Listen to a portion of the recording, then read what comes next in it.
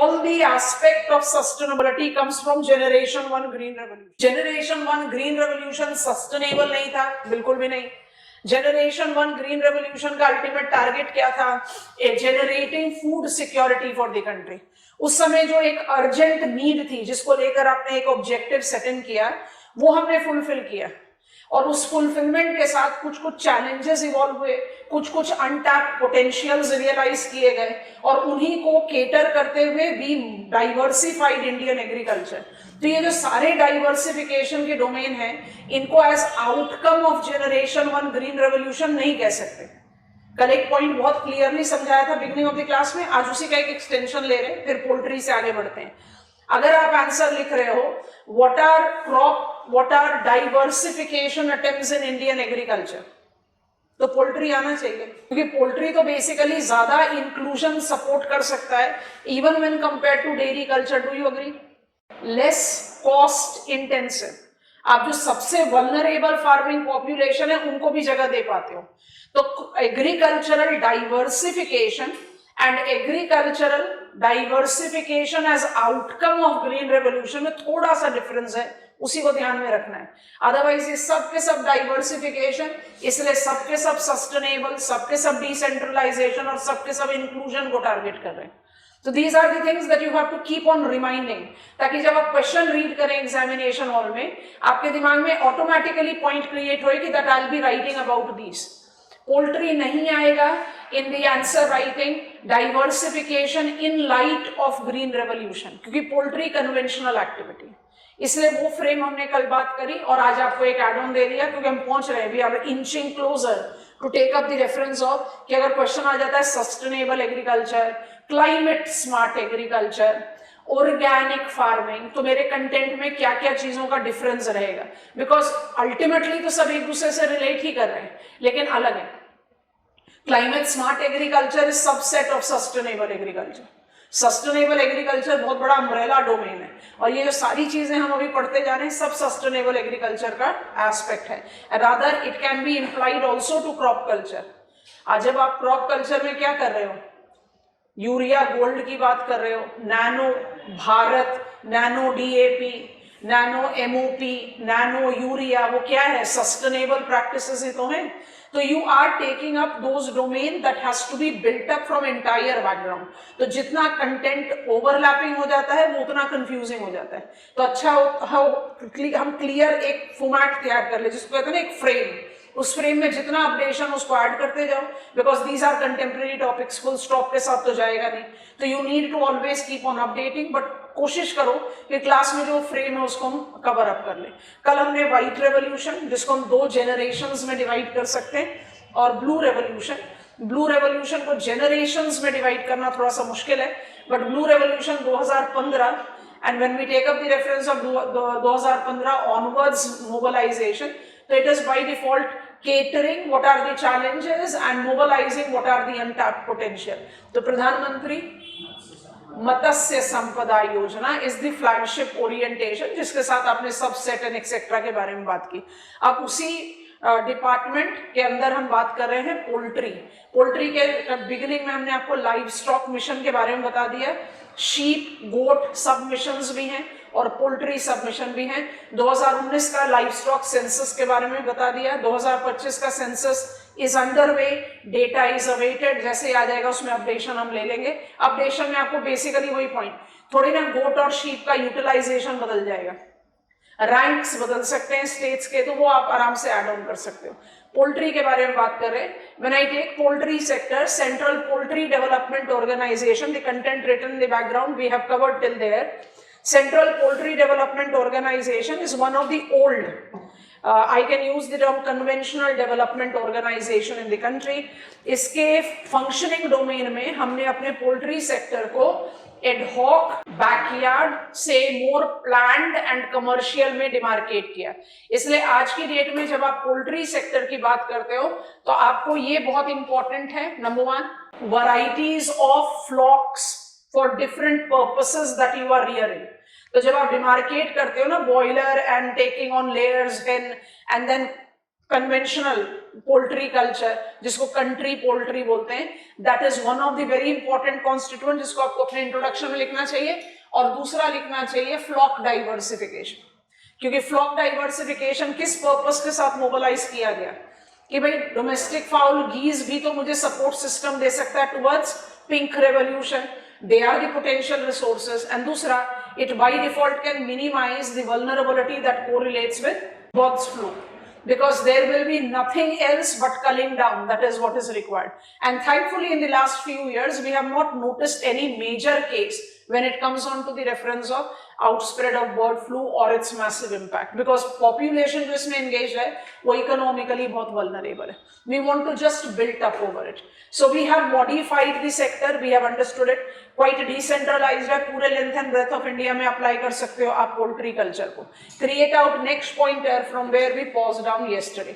आपको sufficient diversified introduction दे दिया. The growth drivers, quick pointers लेंगे.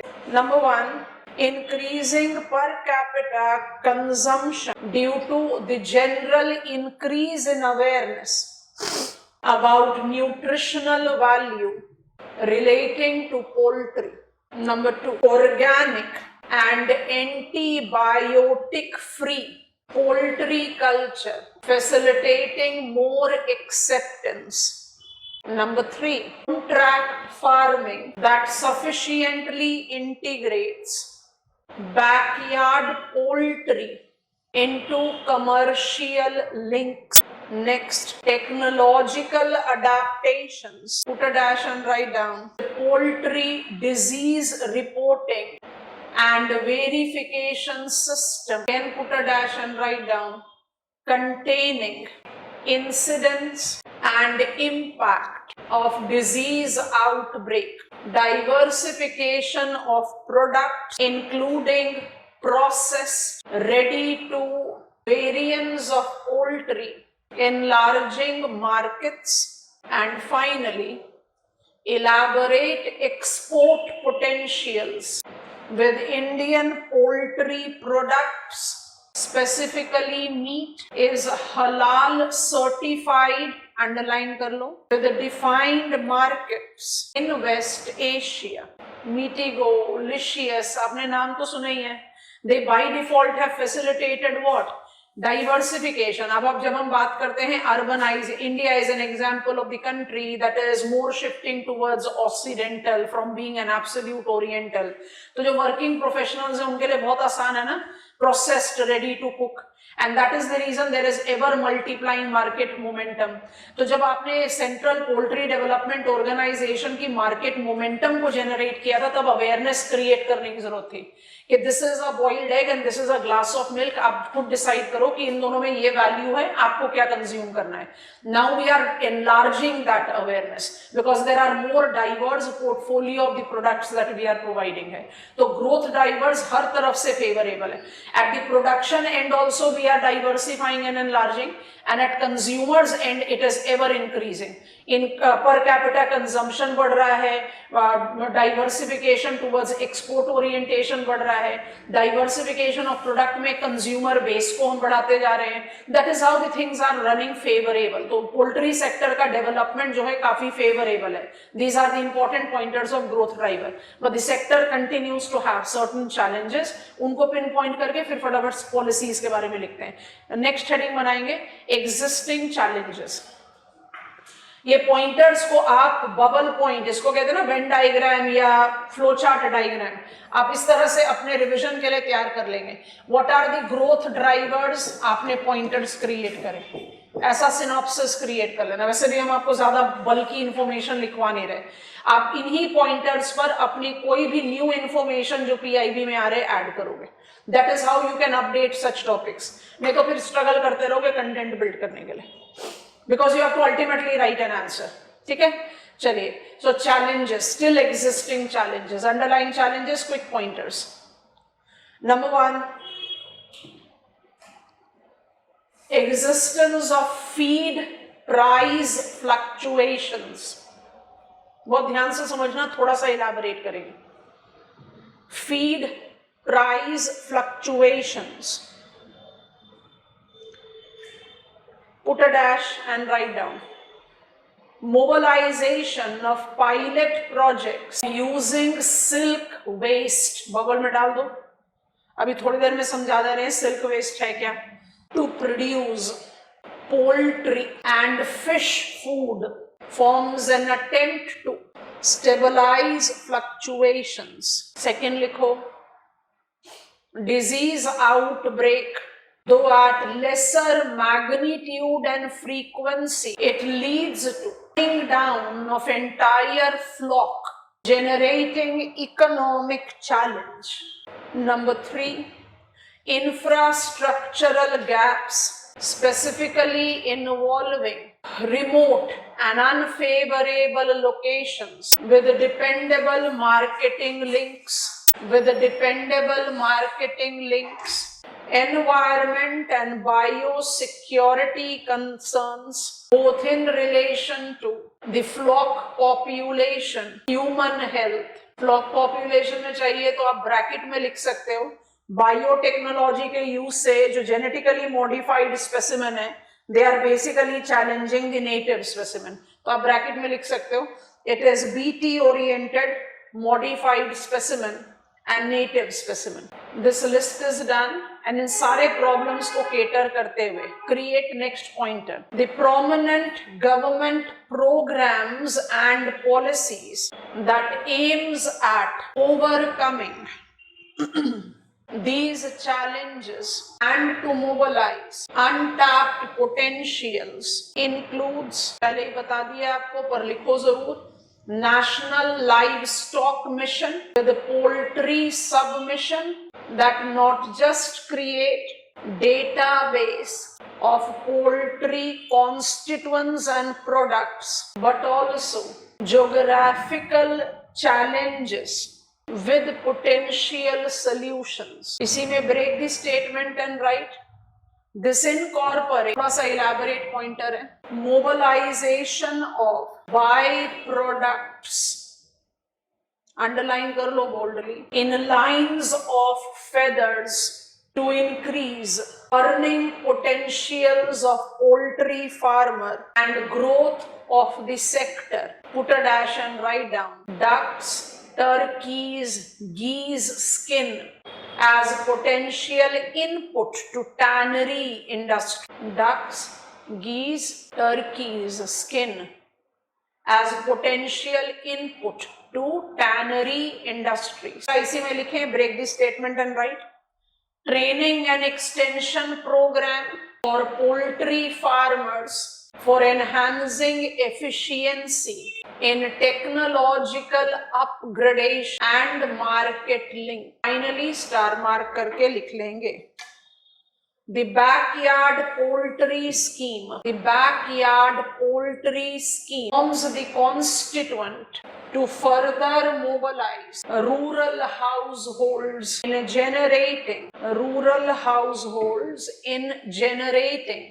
additional income with country poultry. समझ में आ गया? आप इसको कैसे बिल्ड कर रहे हो? आप सिंपल कंटेंट बिल्ड कर रहे हो कि भाई एक बड़ा कन्वेंशनल सा सेक्टर है, इस सेक्टर का ग्रोथ मोमेंटम हमने कैसे जज किया? हमने फ्लॉक की डाइवर्सिटी ऐड कर दी और हमने जो प्रोडक्ट है उसको भी 3 कैटेगरीज में डिवाइड कर दिया, जिसमें जब आप कह रहे हो कि एडहॉक से आपने इसको प्लान कर दिया और सबसिस्टेंस से आपने इसको कमर्शियल कर दिया, तो आप कंट्री पोल्ट्री को अपने आप ही ब्रॉयलर एंड लेयर्ड हेन से अलग कर दे रहे हैं. तो आपने इस तरह से अपना इंट्रोडक्शन देते हुए समझा दिया एग्जामिनर को कि पोल्ट्री सेक्टर सफिशिएंटली डेवलप है कंट्री में, हम उसमें कोई डिनाइल नहीं रह रहे. India has been one of the consistent major player of producer of eggs in world. तो हम सिल्वर रेवोल्यूशन को सक्सेसफुल रेवोल्यूशन कहते हैं हमारे कंट्री में, and that is the point we are saying. Poultry में कहीं कोई एक मेजर रेवोल्यूशनरी ग्रोथ तो नहीं देखने को मिला, but slow study it has been doing its job.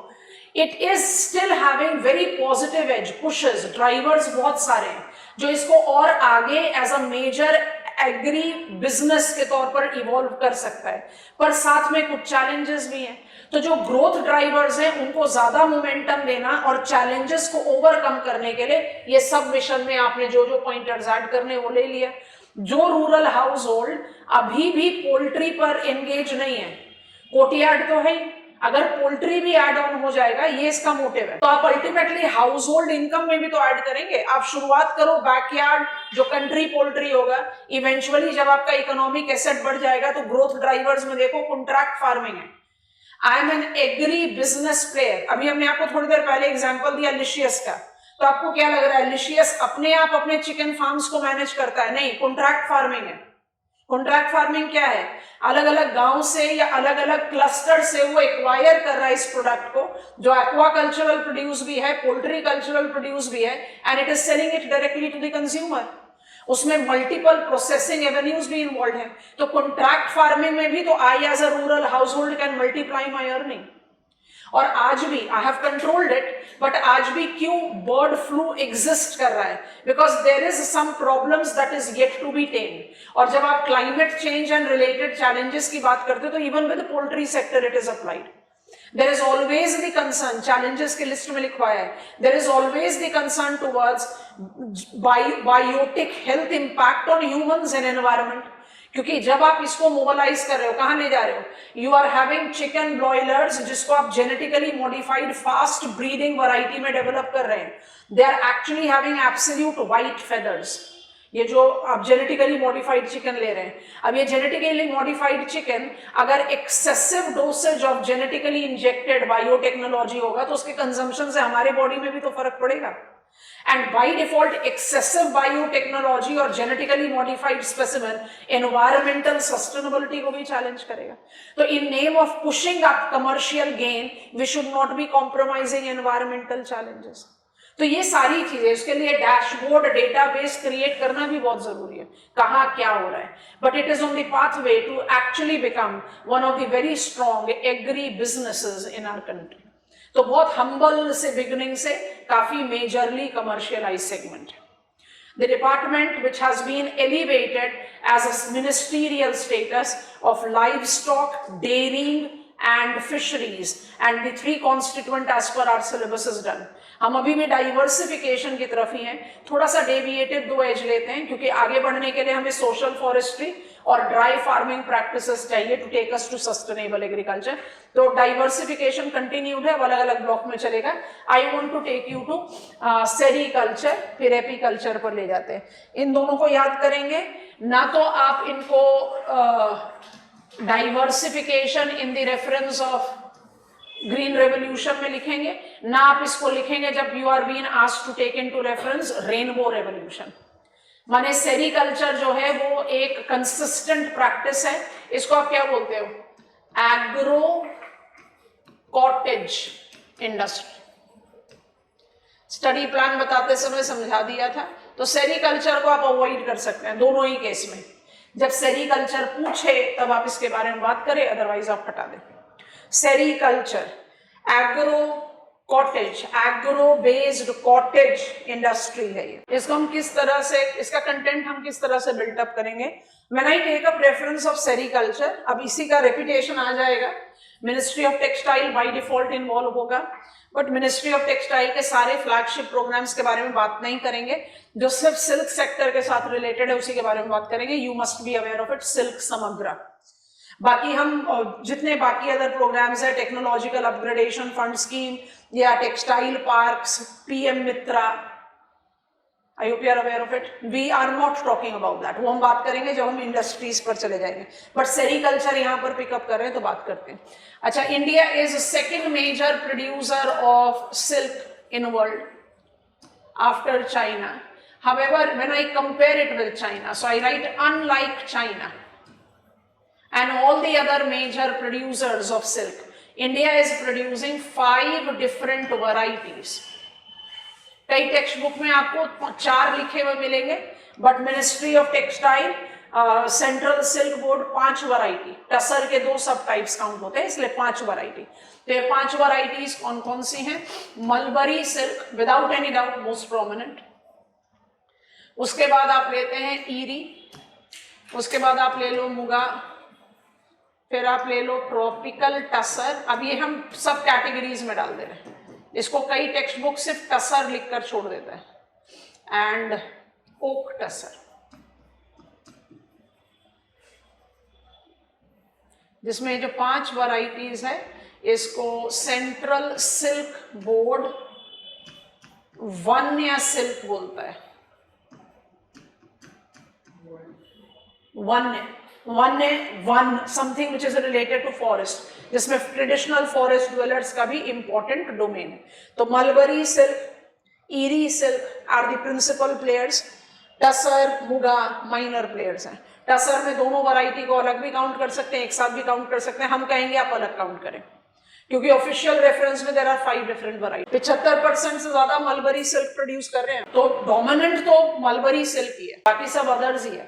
ठीक है, तो पहला पॉइंट हुआ कि भाई we are the second major producer. दूसरा हो गया कि चाइना लाइक मेजर प्रोड्यूसर्स के कंपैरिजन में हमारा एक एज स्टैंड आउट होता है।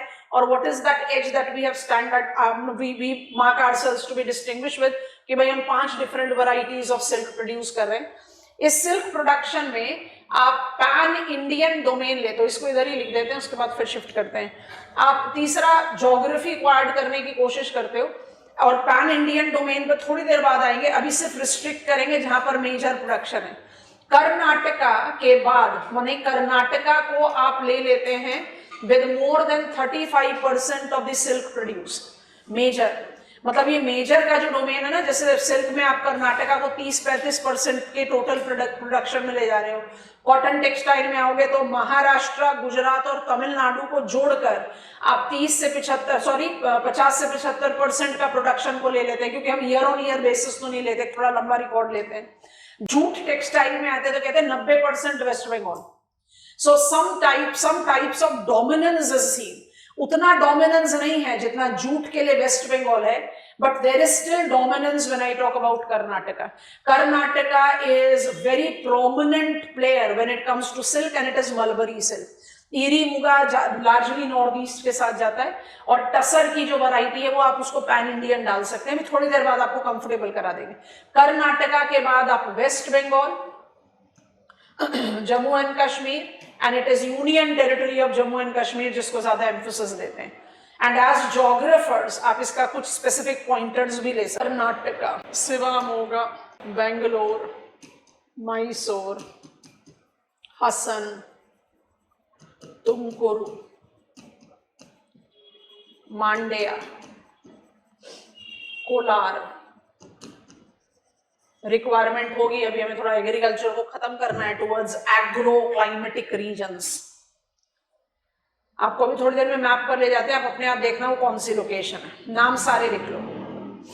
अच्छा, वेस्ट बंगाल भी लिखा है। वेस्ट बंगाल में कोलकाता भी आएगा, हावड़ा भी आएगा,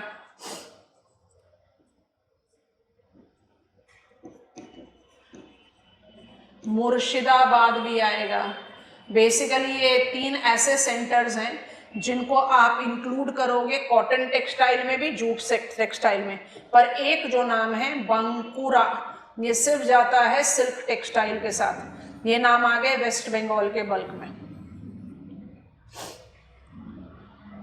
और जब आप जम्मू एंड कश्मीर में आ रहे हो, which is considered to be one of the major player, otherwise काफी वेल डिसेंट्रलाइज्ड है, तो we take reference of Baramulla, Srinagar,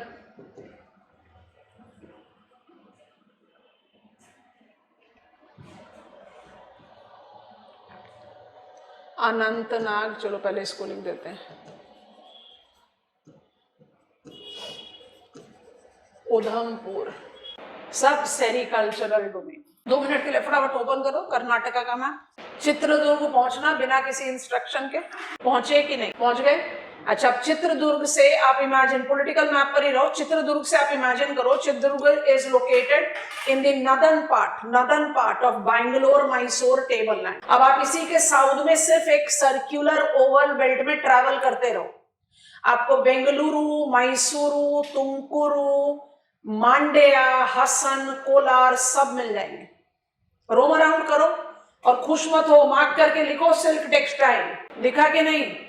Bengaluru, Mysuru, सबसे पहले तो इन्हीं को पकड़ लो, और उसके बाद फिर पकड़ो the names that are not commonly referred. Hassan, Tumakuru, Mandya, मिला कि नहीं? कोलार, पूरा बैंगलोर, मैसूर प्लाट्यू। कौन सा फील्ड है ये? धारवाड़ क्रेटॉन है। धारवाड़ क्रेटॉन में किस तरीके का सॉइल होना चाहिए? Red soil. यहाँ पर मॉइस्ट डेसिडुअस फॉरेस्ट है, सैंडलवुड, तो रेड ब्राउन ज्यादा इजीली फिट इन होता है, right? We don't consider it to be that fertile soil. तो agriculture as conventional crop culture as rice or other crops are not that prominent here, but फिर भी agriculturally बड़ा commercially developed location है। कैसे? Sericulture. Have you picked it up? Major block. अब जरा आ जाओ जल्दी से वेस्ट बंगाल के मैप पर। हुगली रिवर को पकड़िए, हुगली रिवर को वहां से पकड़िए जहां हुगली गंगा से डिवाइड हो रही है और जस्ट एंटर कर जाती है बांग्लादेश। पकड़ में आ गया, मुर्शिदाबाद मिल गया। अब हुगली के साथ फ्लो करके एकदम साउथ में चले जाओ, कोलकाता और हावड़ा क्रॉस दी बैंक मिल जाएगा। मिल गया कि नहीं? डन। अच्छा, अब इसके बाद क्या करें? कोलकाता से सीधे नॉर्थ वेस्ट की तरफ जाओ towards inter state boundary with Jharkhand. Have you located Bankura? Bankura जाएगा सिर्फ सिल्क के साथ। कोलकाता, हावड़ा और मुर्शिदाबाद बार बार रिपीट करेंगे, कॉटन टेक्सटाइल के लिए भी करेंगे, जूट टेक्सटाइल के लिए भी करेंगे, ठीक है? अब आइए map of Jammu and Kashmir. Agriculture में एरिया आता है। जब सिल्क जैसे प्रोडक्ट के बारे में बात करोगे तो इंडिविजुअल पॉइंट्स आएंगे, सेंटर्स आएंगे, क्योंकि आप एग्रो बेस्ड कॉटेज इंडस्ट्री की बात करें। आप जम्मू कश्मीर के मैप पर नॉर्थ वेस्ट से शुरू करें। बारामूला मिल गया, श्रीनगर मिल जाएगा, अनंतनाग मिल गया, उधमपुर मिल गया, जम्मू तक चले जाओ। मिला कि नहीं? बिल्कुल ऐसा एक छोटा सा इस तरह का आर्क बनाकर आप पूरे प्लेसेस को demark. Silk textile, otherwise it is present pan India, because as geographers we can specify the pointers. हमने स्पेसिफाई कर लिया। I have introduced myself to silk. Silk is recognized very clearly to be the agro cottage industry in the country, which is long chain of integrated agriculture and manufacturing. आप इसको agriculture sector में भी incorporate कर सकते हो, आप इसको incorporate कर सकते हो विद मैन्युफैक्चरिंग, दोनों ही केस में। हम इसको यहाँ पढ़ रहे हैं क्योंकि हमारे सिलेबस ऑफ एग्रीकल्चर में लिखा हुआ है। अच्छा, ये चीज हमने समझ ली एज इंट्रोडक्शन। मेरा सिल्क 5 वैरायटी है, I am second major producer. Now what we want to take. अच्छा, एक और पॉइंट ऐड कर लो, एक और point in introduction. The principal export destination, principal export destination includes UAE, USA और carpets, silk textile, silk yarn. अब final country का नाम लिख लीजिए, and China, largely for silk waste। ठीक हो गया? तो हमारे पास एक्सपोर्ट चैनल्स भी हैं। Indian silk is identified quite significantly on the map of world. अब ये सिल्क वेस्ट जो है सबसे इंपॉर्टेंट डोमेन है, बट उससे पहले how do I justify the development of silk sector? तो हमने आपको बताया सेंट्रल सिल्क बोर्ड जो है, सेंट्रल सिल्क बोर्ड 1948 से ऑपरेशनल है, मिनिस्ट्री ऑफ टेक्सटाइल के एजेस में काम करता है। सेंट्रल सिल्क बोर्ड ने सिल्क के कमर्शियल डेवलपमेंट के लिए time and again multiple avenues या मल्टीपल प्रोग्राम्स जस्टिफाई किए, जिसमें एक बहुत इंपॉर्टेंट, और आप उसको ग्रेड आउट कर सकते हैं, but I want to write it very separately. सबसे पहला है सिल्क मार्क। ये ग्रेड सेपरेशन का अटेम्प्ट है। अभी नहीं लिखना क्योंकि इसको समझाएंगे तो कुछ पॉइंटर्स इलैबोरेट ऐड करने में आ जाएंगे। और दूसरा जो है वो है आपका weave separation. So you must have heard about GI tag, जिसमें आप एसोसिएट कर रहे हैं वीव। काफी स्ट्रॉन्ग पॉलिसी इनिशिएटिव्स रही प्री 2020, क्योंकि 2020 से आ गया सिल्क समग्र, और सिल्क समग्र इन दोनों को इनकलकेट करते हुए बाकी और सारे प्रॉब्लम्स या प्रोस्पेक्ट्स को टारगेट करते हैं। तो फोकस वो हमेशा आंसर राइटिंग में सिल्क समग्र पर रखते हैं, बट देन प्रीसीडिंग को जज करना जरूरी है। तो इसको समझो पहले, फिर फटाफट से पॉइंटर्स लिखवाएंगे। Silk comes up with labour intensive, इसका इनपुट जो है वो महंगा है। लेबर इंटेंसिव टास्क होने की वजह से वीविंग प्रोसेस मैनुअल है, तो लॉन्ग टाइम टेकिंग है। It is something that comes up with heavy investment cost, and thus it comes out with a higher price tag. Silk by default represents that elite category of textile which justifies its high price tag. अच्छा, अब क्या है? Market में नया culture है, अब हमने उसको नया नाम दिया, उसको बोलते हैं आर्ट सिल्क। जो multiple mix, art silk is mix of synthetic fibre. तो there has been as we started mobilising commercial edge of sericulture, हमने क्या नोटिस किया कि silk is now in the competition, specifically post globalization. Silk is in competition with silk alike fabric. तब इसका नाम art silk नहीं था, art silk बोलते ही पता चल गया कि ये प्योर सिल्क नहीं है। तो जब आप सिल्क को सिल्क अलाइक टेक्सटाइल के साथ कंपटीशन में छोड़ दोगे तो सिल्क ग्रोअर्स और सिल्क वीवर्स का तो इंटरेस्ट गया ही खटाई में, कंज्यूमर का भी गया। मान लीजिए कि मुझे सिल्क पहनने का शौक बहुत है बट मेरा पॉकेट अलाउ नहीं करता, तो I have taken an informed decision that I want to wear silk but I can not afford it, तो I will go in for synthetic fibre which gives me the feel of silk. ये तो एक informed decision हुआ, but I am paying for pure silk and I am getting synthetic fiber in lieu of it. It is killing my interest as consumer और पूरे sector को किल कर देगा, क्योंकि सिल्क कभी भी कॉम्पीट नहीं कर पाएगा सिंथेटिक फाइबर से, क्योंकि silk is a labour intensive, time taking, specialised, long chain process. वो कभी भी अपने कॉस्ट कटिंग में इतना एफिशिएंट हो ही नहीं सकता जितना सिंथेटिक फाइबर। तो पहला इंपॉर्टेंट स्टेप जो सेरिकल्चर डेवलपमेंट की तरफ लिया गया वो था सिल्क मार्क स्कीम। कोई भी ऑथेंटिक सिल्क किसी भी फॉर्म में बेचा जा रहा है, silk yarn, silk textile, wearing apparel, furnishing, carpets, किसी भी फॉर्म में, it will carry that silk mark. इसका क्लियर मतलब है कि आप मार्केट में क्या जनरेट कर रहे हो, ग्रेड सेपरेशन। ये रियल सिल्क है, ये सिल्क अलाइक है, जिसको आज हमने नाम दे दिया आर्ट सिल्क। आर्ट सिल्क क्या है, जिसमें you are having some percentage of silk yarn also, but majorly it is synthetic fibre. और फिर सिंथेटिक टेक्सटाइल तो अलग ही है, नाइलॉन, रेयन एक्सेट्रा, जिसको आप मल्टीपल तरीके से वीव करके सिल्क लुक अलाइक प्रोडक्ट बना सकते हैं। तो ये अप्रोच रहा ग्रेड सेपरेशन का, to safeguard the interest of silk weavers as well as silk consumers, एक एथिकल कॉम्पिटिटिव मार्केट जनरेट करने का। 1990s ऑनवर्ड्स ग्लोबलाइजेशन के डोमेन में एक और चैलेंज उभर कर सामने आया और वो था वीव का। अब कोई भी एग्जाम्पल पकड़ के देखो, कुछ कुछ नाम बड़े पॉपुलर हैं, आपने जरूर सुना हुआ होगा।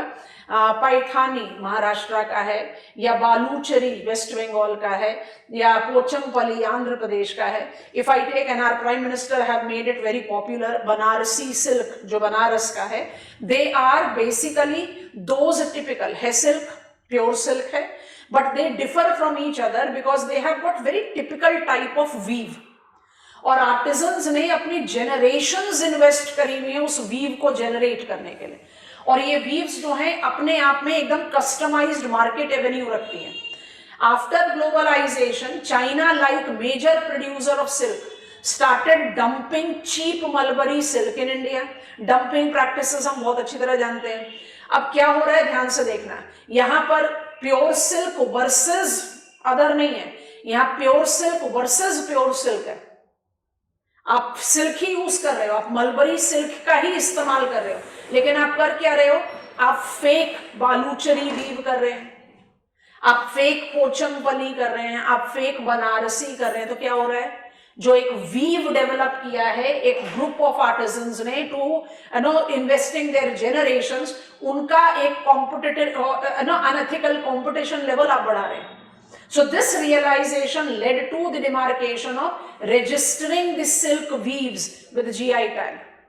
तो कोई भी ऑथेंटिक पोचमपल्ली में क्या जाएगा, दो टैग आ जाएंगे, एक तो सिल्क मार्क की वो प्योर सिल्क है, और दूसरा GI टैग की ये पोचमपल्ली, ताकि आप पोचमपल्ली वीव लाइक लेना चाहते हो तो वो जाकर लो, वो आपने इन्फॉर्म डिसीजन लिया है। But if you want to have a pure Paithani, you are getting the pure Paithani. So ये क्या है, वीव सेपरेशन।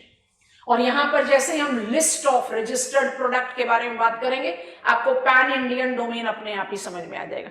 इसी को ऐड करने के बाद we can add reference of silk Samagra, उसमें हम क्या और ऐड कर रहे हैं टुवर्ड्स द पॉलिसी फ्रेम में। तो सिल्क सेक्टर डेवलपमेंट के लिए पॉइंट्स बहुत इंपॉर्टेंट है। So number 1 is silk mark scheme. Quick pointers लिख लीजिए, इट्स इजी, बल्क में आएगा GI टैग वाला। सिल्क मार्क स्कीम और grade separation, that is segregating pure silk from silk look alike। Bracket में आप डाल सकते हैं synthetic fiber and art silk। break the statement to safeguard interest of silk growers and consumers. Registration of product under GI Act for weave separation, bracket में डाल दो, challenge evolved due to dumping of cheap mulberry silk from China. Registered product with weave separation includes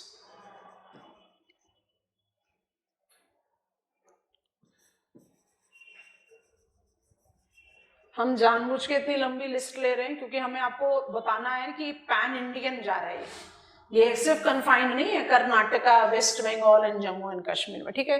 तो आप list इसी तरह से ले लो। I will just speak out the names of the states जो हम नहीं लिख रहे हैं, but this will give us that geographical edge. Answer writing में चाहोगे तो एक दो नाम को आप मिस कर सकते हैं। Ikat is Odisha, Baluchari is West Bengal, Uchchampalli is Andhra Pradesh, Paithani is Maharashtra, Mysore silk has to be Karnataka,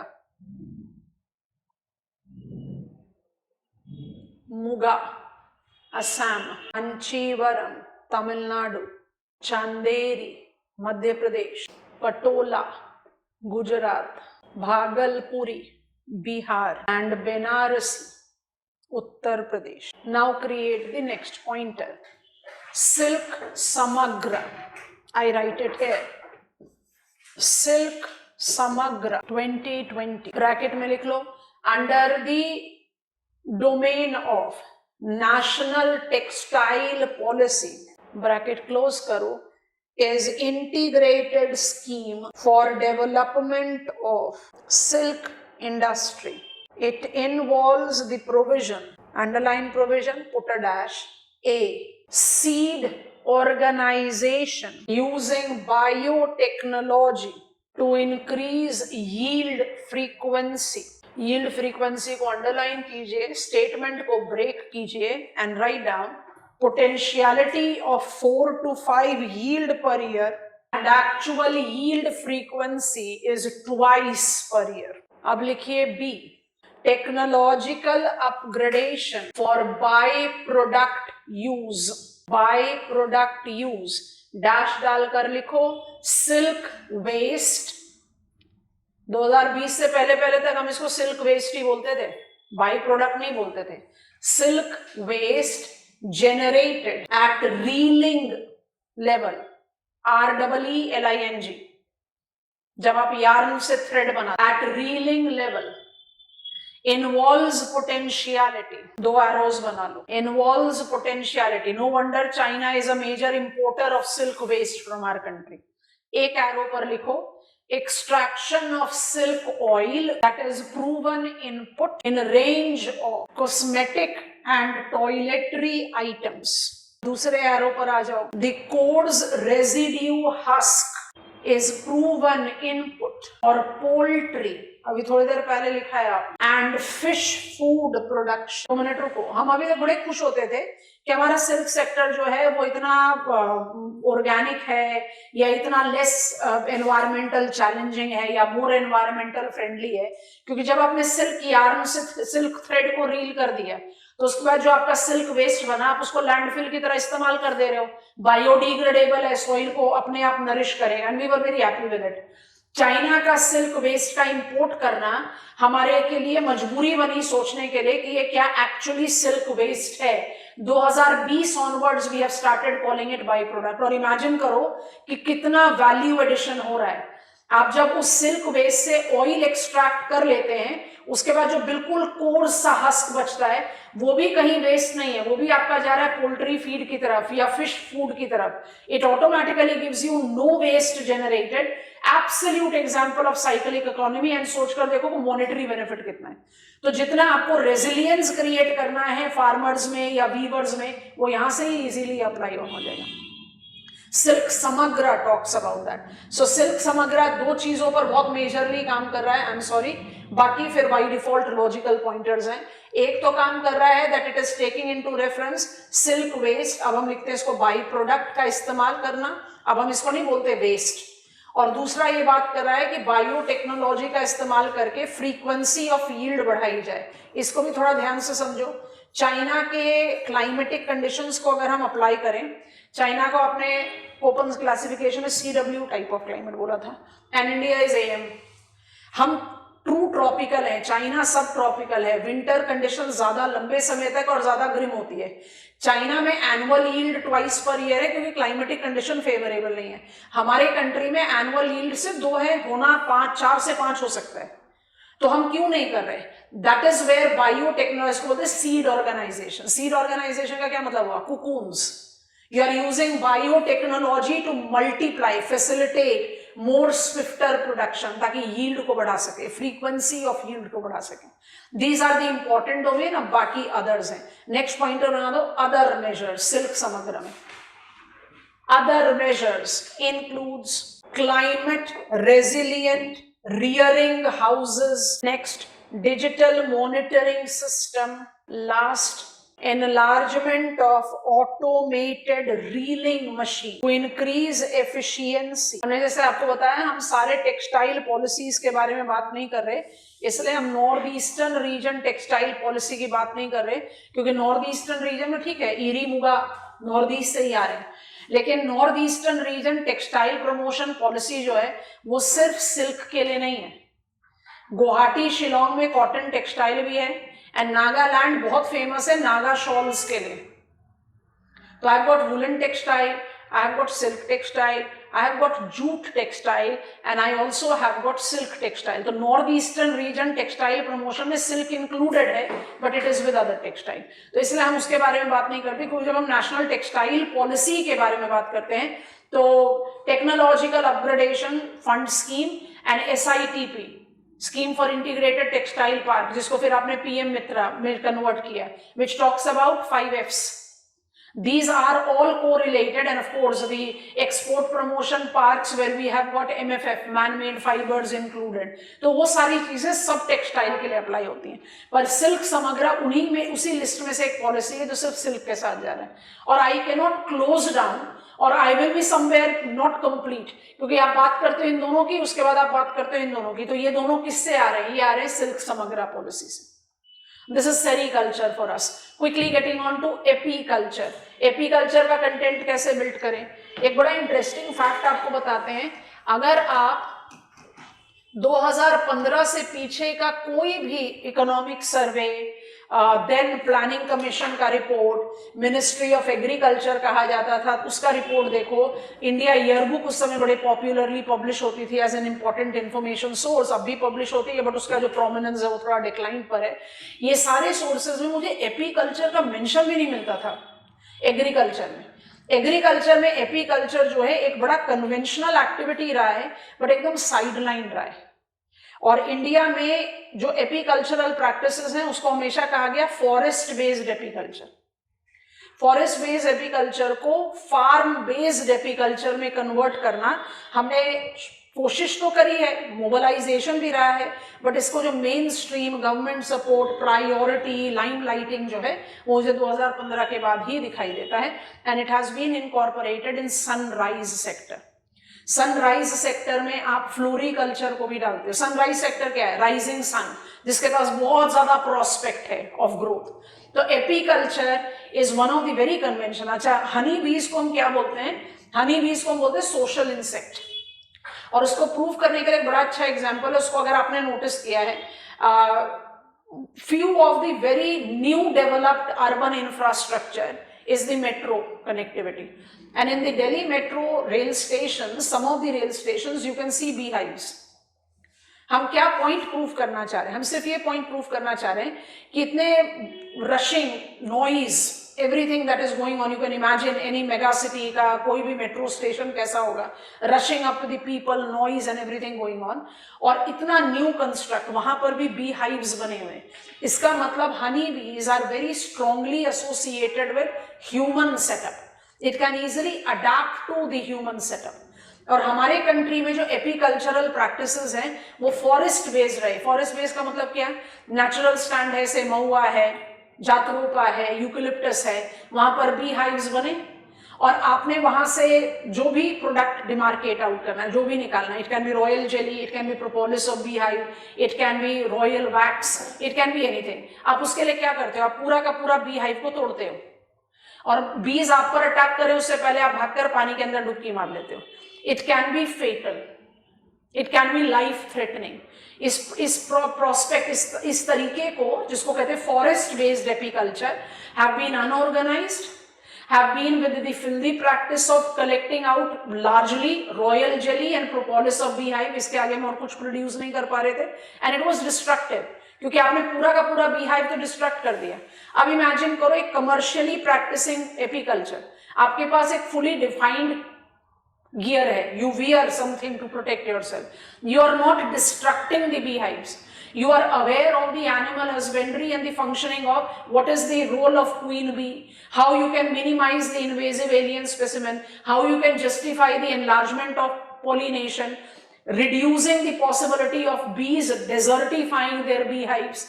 So you are actually utilizing that beehives time and again। तो ये automatically किस point पर push करता है, commercial, more sustaining, that kind of change we are having।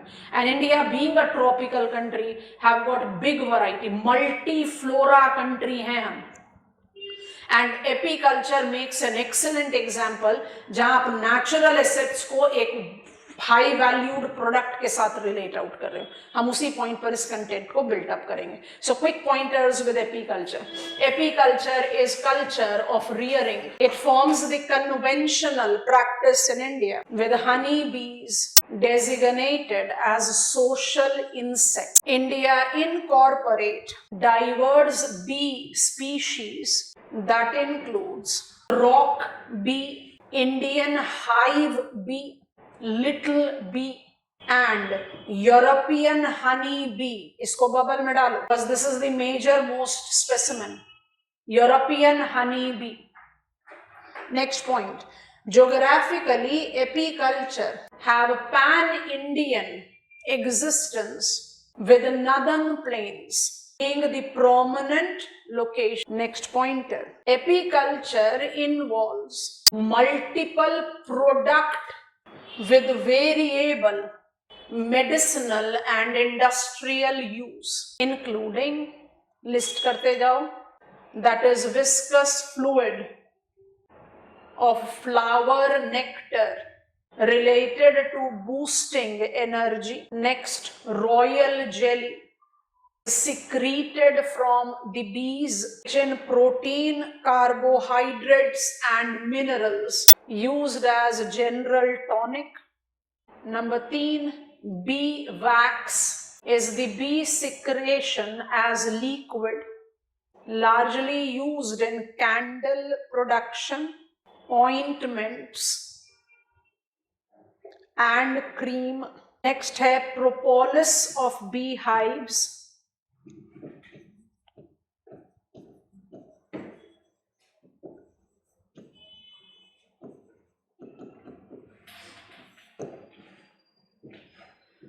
Propolis of beehives dash डाल के लिखो is the mixture of bee wax and raisins that projects adhesive quality largely used in skin care medicines। Next is bee women, BMON is also known for medicinal value as is comprised of। रुको, आप apiculture के product को सिर्फ हनी पर नहीं रोकते। आई have got apiculture, क्योंकि जब हम कहते हैं ना एपीकल्चर प्रोडक्ट क्या है, तो हम कहते हैं भाई हनी है, कैंडल मेकिंग है, ठीक है, लेकिन आप प्रोडक्ट कौन सा ले रहे हो? कैंडल थोड़ी ना आपने बी हाइव से जनरेट किया हो, तो आउटपुट है ना। तो you have to be aware of कि हमारे पास प्रोडक्शन एपीकल्चर से सिर्फ हनी नहीं आ रहा, हमारे पास बी वैक्स भी आ रहा है, बी विमेन भी आ रहा है, प्रोपोलिस ऑफ बी हाइव भी आ रहा है, and you are taking all these largely with production of medicine. Honey by itself can be self consumed as an energy tonic, but we are also utilizing them for the other different domain जहाँ candle का production एक बहुत important factor है. So that gives me diversity of use, largely related to medicine, चाहे वो skin care है, चाहे वो ointment है, चाहे health tonic है, anything, but it has got huge market prospect because of the diversity of the product. हमने introduction of apiculture को मोर और लेस कंप्लीट कर दिया है. अब ऐड करें next pointer, apiculture as constituent. इसको हम थोड़ा सा डिटेल्स में बाद में पढ़ेंगे. Apiculture as the constituent of Indian integrated farming system, तो बोल्डली अंडरलाइन कर लो, have remained absolutely ad hoc, forest sector destructive, risk of life involving activity in India. Next pointer. From the beginning of 1950, Khadi and Village Industry Commission, KVIC, took over apiculture and began its organization as commercial agricultural sector. In year 2000, establishment of National Bee Board marked the beginning, underline कर लेना, of National Beekeeping and Honey Mission. Put a dash and write down, Sweet Revolution. Break the statement. The mission targeted scientific apiculture as farm-based apiculture with 3 defined mini missions. Arrows बना लो. With 3 defined mini missions. So MM1 is increasing production productivity. MM2, post-harvest management, processing, and MM3, research and development in the sector. सोचो, एक general इतिहास chronology को अगर हम develop करें तो हम एक ऐसे एग्रीकल्चरल प्रैक्टिस की बात कर रहे हैं जो इतनी कन्वेंशनल है इंडिया में कि हम बीज को सोशल एनिमल्स बोल रहे हैं, सोशल इंसेक्ट्स बोल रहे हैं. But this activity remained for the lengthiest part of the cultural history of India एकदम अनऑर्गेनाइज्ड एंड फॉरेस्ट बेस्ड. इसका ऑर्गेनाइजेशन आप 1953 से देखते हैं. 57 में ऑफिशियली केवीआईसी ने इसको इंटीग्रेट कर दिया. It came into the domain of KVIC. उसके बाद हमने टाइम लीप ले लिया. केवीआईसी ने क्या किया, इसको थोड़ा सा ऑर्गेनाइज करने की, एक नो से रिकॉग्नाइजेबल सेक्टर के तौर पर डेवलप करने के लिए सक्सेसफुली रहा.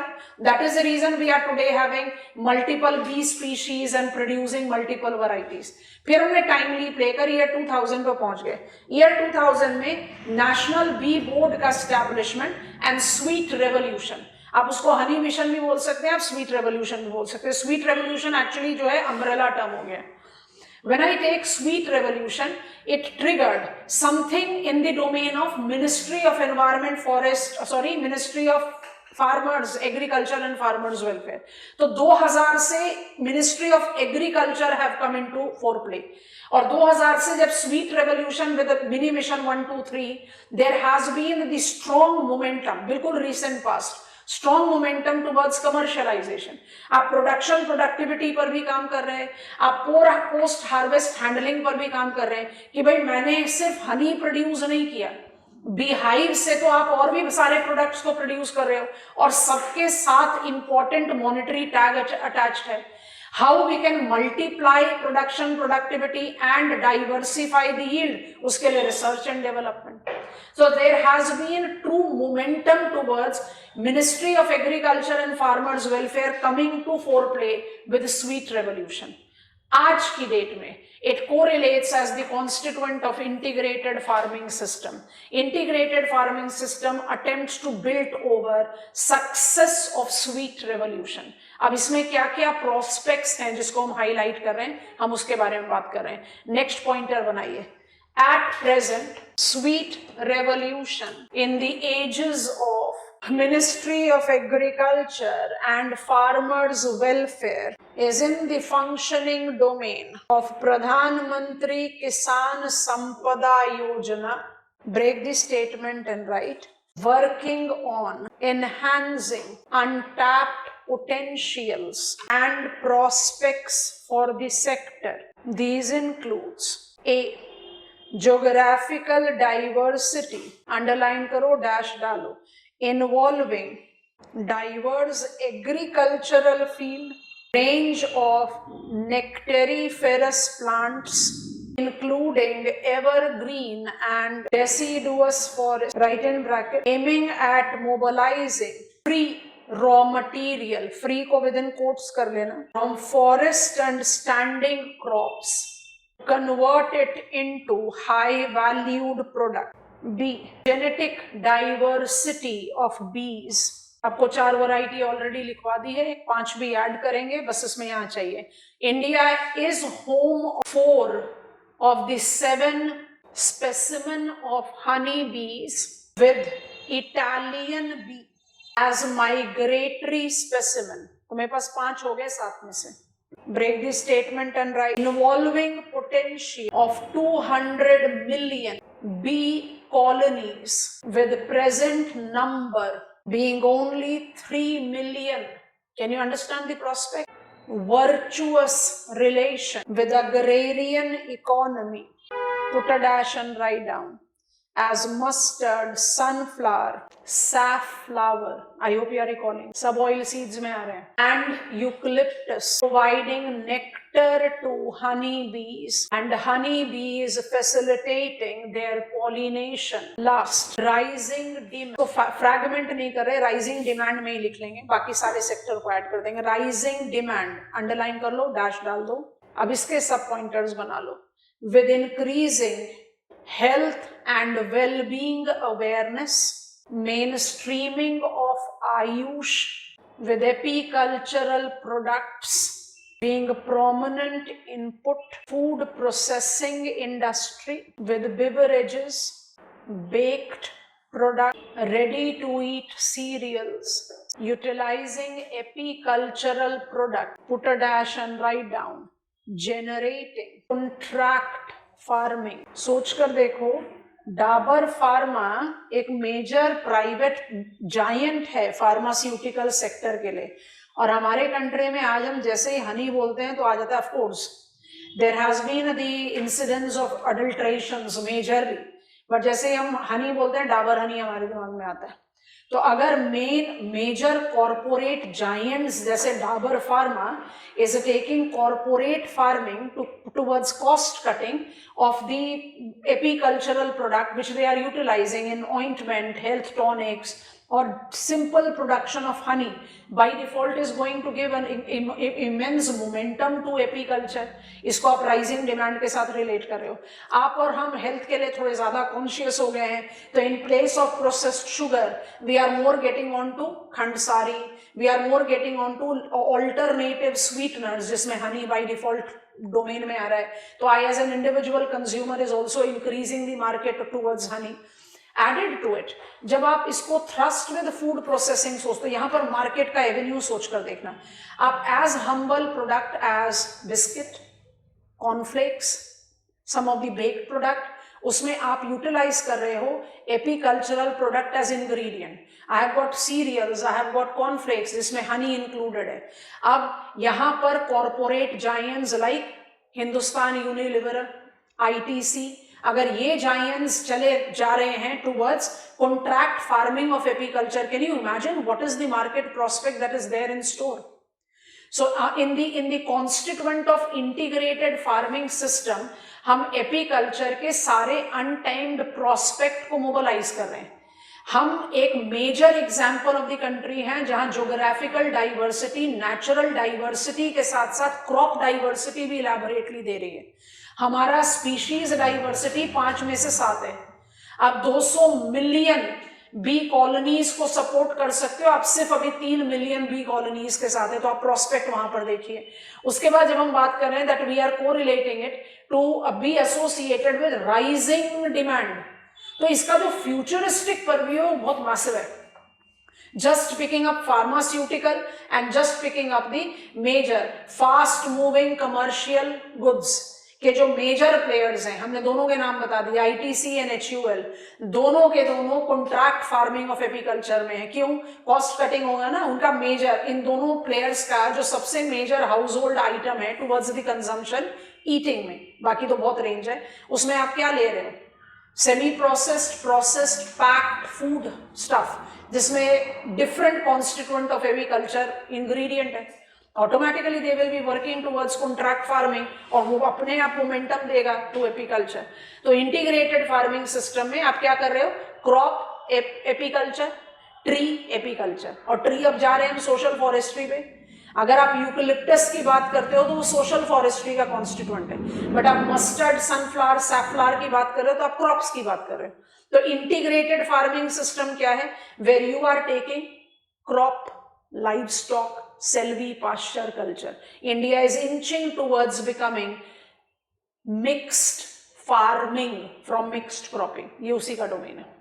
रिमाइंड करो, when I take a preference of apiculture, एकदम अनऑर्गेनाइज बहुत लंबे समय तक, 57 में केवीआईसी ने इसको लेकर ऑर्गेनाइज करना शुरू किया, वहां से फिर हमने मोमेंटम पिकअप किया that we are a significant producer of apicultural product, wide variety of apicultural products हम produce कर रहे हैं, but ad hoc nature continued रहा। तब आया year 2000 में mobilization of sweet revolution with Ministry of Agriculture coming into foreplay, and that is what led to integrated farming system mobilizing untapped potential. This is apiculture for us. Apiculture की diversity pan Indian है, majorly reared is European bee, and maximum of the product comes from North India. Otherwise we have it with pan Indian domain. Remind करेंगे, हम agricultural diversification के बारे में बात कर रहे हैं। व्हाइट रेवोल्यूशन हो गया, ब्लू रेवोल्यूशन हो गया, पोल्ट्री कल्चर हो गया, एपीकल्चर हो गया, सेरीकल्चर हो गया। अब हम मोर टूवर्ड्स सस्टेनेबल एज जा रहे हैं, which will be correlated with green revolution का एडवर्स आउटकम एंड मोबिलाइजेशन, जिसमें हमने आपको एडवाइस किया था कि आप व्हाइट और ब्लू रेवोल्यूशन जरूर लिखें, पोल्ट्री, एपी और सेरीकल्चर को स्किप कर दें, और उसके बाद जरूर लिखें social forestry, agro forestry and dry farming practice. Social forestry समझ जाएंगे तो ड्राई फार्मिंग प्रैक्टिस में ऑफ फार्म एक्टिविटी समझना आसान होगा। तो I want to get on to social forestry, carefully built up कर रहे हैं कंटेंट, उसको समझेंगे। उसके बाद अब तो हमारा फॉर्मल पॉलिसी है नेशनल एग्रो फॉरेस्ट्री पॉलिसी। अब हमने भी FAO की तरह सोशल फॉरेस्ट्री को नाम दे दिया अम्ब्रेला एग्रो फॉरेस्ट्री, बट यहाँ तक पहुँचते पहुँचते we had got some modifications to be applied. तो थोड़ा उस पॉइंट पर कंस्ट्रक्ट करते हैं। Getting on to the next, social and agro forestry हमारे सिलेबस में 2-3 जगह लिखा हुआ है। पेपर 1 में भी लिखा था, हमने आपको बताया था कि हम इसके सारे डोमेन जज कर लेंगे इंडियन एग्रीकल्चर में, तो we are all set to. आपको हमने इसका एक हिंट दिया था फॉरेस्ट कंजर्वेशन में, अगर आपको याद आ रहा हो, जॉइंट फॉरेस्ट मैनेजमेंट गाइडलाइंस बताया था ना 1990। तो 1990 में हमने क्या किया था, पार्टिसिपेशन, जहां पर सोशल फॉरेस्ट्री को ऐड इन किया था। तो थोड़ा सा ध्यान से बैकग्राउंड बिल्ड करते हैं, फिर बाय डिफॉल्ट हमारा फोकस आ जाएगा to the national agro forestry policy, which is now considered to be part and parcel of afforestation as well. So story goes like 1972 Stockholm Conference। 72 में बैकग्राउंड को pickup करो, green revolution 10 साल हो चुके हैं और success was right there, we were experiencing the success. 72 में Stockholm conference हुआ। Stockholm conference, we are aware of the fact it was on the faulty wrong basis, तो अपने आप में तो सक्सेसफुल नहीं था, but it was the time when developed world strongly criticised developing world including India कि भाई आप लोग ही तो वुड कट करके बर्न कर रहे हो, आप लोग ही अपना वेस्ट मैनेज नहीं कर रहे हो, आप ही लोग कल्प्रेट हो। तो हम लोग अग्री कर गए, हाँ भाई हम ही कल्प्रेट हैं, तो आप लोग के पास टेक्निक है, हमारी मदद करो। How we can switch over from fire wood to the cleaner source of energy, इस तरीके से इसकी शुरुआत हुई। तो 72 का स्टॉकहोम कॉन्फ्रेंस लें, और 76 में एनवायरमेंट मिनिस्ट्री एज सच नहीं था, 72 में हमने प्रोजेक्ट टाइगर शुरू कर दिया था। 1976 में department of agriculture marked the beginning of social forestry in India. किस डिमार्केशन पर social forestry generation 1, I insist that we learn it like this. आप इसको आराम से 2 जनरेशन में डिवाइड कर सकते हो, क्योंकि उसी से लेसन लर्न में हम आज के डेट पर पहुंचे। तो जो फर्स्ट जनरेशन सोशल फॉरेस्ट्री है, जिसको आप 1976 से ट्रेस कर रहे हो, 1976 का जो सोशल फॉरेस्ट्री है, इसको डिपार्टमेंट ऑफ एग्रीकल्चर ने मोबिलाइज किया। किस लॉजिक पर? ग्रीन एरिया को बढ़ाने के लिए ना। हमारे पास कोई ऑल्टरनेटिव नहीं है, आज भी नहीं है। हम उज्ज्वला 2.0 पर हैं, अग्रीड, लेकिन कितने हाउस होल्ड हैं जो वो उस खाली सिलेंडर को भरवाने की कैपेसिटी रखते हैं? नहीं रखते। It is a fact that India still has got its very strong dependency on firewood, rural India. आप 1970s में हैं, फायरवुड की रिक्वायरमेंट बहुत ज्यादा है, और हमें ब्लेम किया गया, रियलिटी में ब्लेम होने भी चाहिए कि आप अपने फॉरेस्ट को कट कर रहे हो, बर्न कर रहे हो, सारे ही एनवायरमेंटल चैलेंज है। कट भी कर रहे हो, ग्रीन को भी हटा रहे हो, बर्न कर रहे हो तो you are emitting green house gases. ये सारी चीजों को देखते हुए क्या सोल्यूशन निकला? Let us cultivate the wood that we want to use। हमारा टारगेट जनरेशन 1 सोशल फॉरेस्ट्री में कभी भी नहीं था। आज का डेटा लेते हैं कि 25% ऑफ ग्रीन कवर को हम 33% करें, जो हमारा अल्टीमेट टारगेट है 33.33%, वो नहीं था। पर कहीं इनडायरेक्टली हम उसको केटर कर रहे थे। 25 को 25 ही रहने देते, क्योंकि आपको जो वुड की रिक्वायरमेंट है वो आप कल्टीवेट करो, हार्वेस्ट करो, बर्न करो, एग्रीकल्चरल इंप्लीमेंट बनाओ, फेंसिंग करो, कुछ भी करो। सो सोशल फॉरेस्ट्री जनरेशन 1 1976 में जो शुरू हुआ, जिसी को एनरिचमेंट मिला 90 में एज सेकेंड जनरेशन। हम 90 से सेकेंड जनरेशन शुरू करेंगे। तो 1976 का social forestry department of agriculture was oriented towards self sufficiency of farmers. कहां से लेने के लिए? Success of green revolution. हमने अपने फार्मर्स को ग्रेन में सेल्फ सफिशिएंट बना दिया, हम उसी हिसाब से अपने फार्मर्स को सेल्फ सफिशिएंट बनाना चाहते हैं इन देयर वुड रिक्वायरमेंट। तो self sufficiency of farmers in would requirement. अच्छा, यहीं से शुरुआत हुआ। आज की डेट में तो इसके मल्टीपल डायमेंशन है रिक्वायरमेंट। अब इसके जो मल्टीपल डायमेंशन, उसमें हम क्या लेते हैं? Social forestry age generation 1 was specified to farmers rural India involving 5 F's as its objective। बड़ा आसान हो जाता है याद रखना। कौन से हैं 5 F's?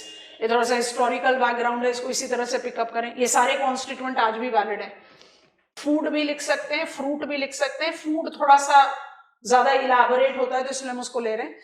And we are also taking it with fodder.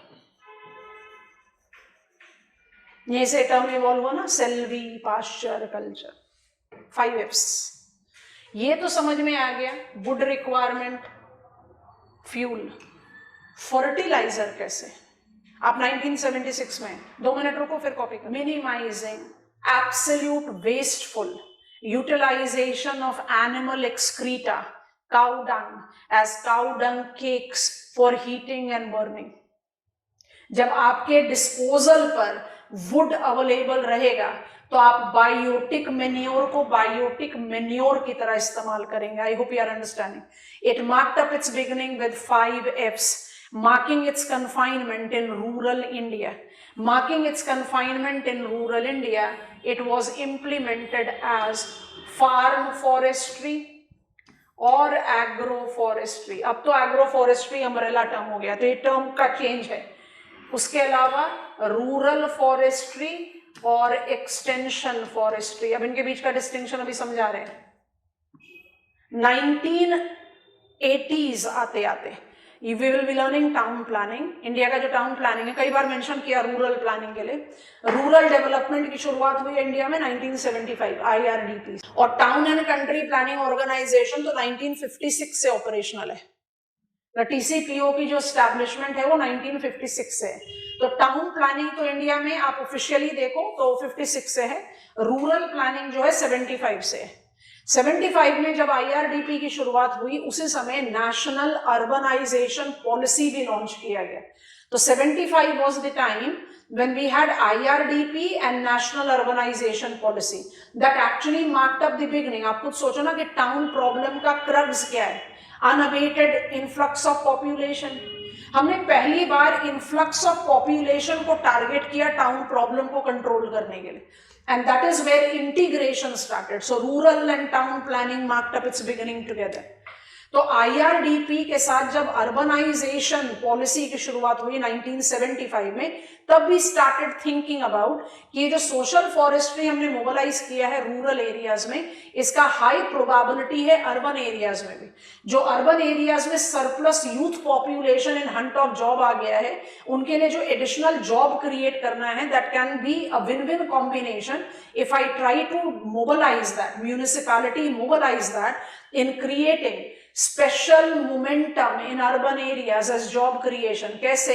Star mark कर रहे हैं। कंपोनेंट नंबर 3 डेवलप हुआ अर्बन फॉरेस्ट्री, जिसको रिक्रिएशन फॉरेस्ट्री भी बोलते हैं। आज की डेट में ये बिल्कुल सेपरेट ब्लॉक है, जिसको क्या बोलते हैं? नगर वन योजना। एग्रो फॉरेस्ट्री में नगर वन योजना है। वो नगर वन योजना की शुरुआत कब से हुई है? 1980s से। अब आप खुद से सोच कर देखो ध्यान से, 5 F's जिसमें आप फ्यूल, फर्टिलाइजर, फॉडर, फ्रूट, हम एज अर्बन ड्वेलर फाइबर भी कंज्यूम करते हैं, फूड भी कंज्यूम करते हैं, जिसमें फ्रूट भी है, पर हम उगाते थोड़े ना है।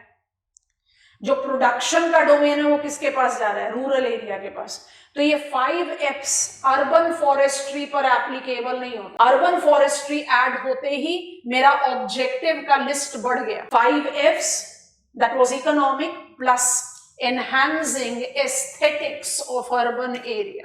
Are you getting it? Urban areas को ग्रीनरी दो, कंक्रीट जंगल में रह रहे हैं। उस समय ये वाला प्रॉब्लम नहीं था, urban heat island and etcetera, vertical gardens, ये वाला लॉजिक नहीं है वहां पर। बस creating out green, increasing aesthetics of urban area, creating gainful job. This is how social forestry was triggered in India. इसको आप फर्स्ट जनरेशन बोलते हो। कहानी ऐसी गई कि हमने सोशल फॉरेस्ट्री की शुरुआत करी थी इकोनॉमिक मोमेंटम के साथ, थोड़ा सा एज ऑफ एनवायरमेंट और एस्थेटिक्स एनहांसमेंट दे दिया with urban forestry, and indiscriminate cultivation of eucalyptus was mobilised. और यूकलिप्टस की कहानी हम आप सुना चुके हैं इन्वेसिव एलियन स्पेसिमेन में। तो जनरेशन 1 सोशल फॉरेस्ट्री को अगर आप डिमार्केट आउट करते हैं, हम इनको समझा देंगे, समझने वाला बस यही वाला एक ब्लॉक है। आप पहले सिनॉप्सिस कॉपी डाउन करोगे, फिर जो जो पॉइंट इलैबोरेट करने की है वो हम कर देंगे। अब इसको पहले ध्यान से सुनना। इस first generation of social forestry में मेरा प्राइम टारगेट क्या था, मेरा प्राइम ऑब्जेक्टिव क्या था? मेरा प्राइम ऑब्जेक्टिव इकोनॉमिक था। I just wanted to create self-sufficiency among farmers.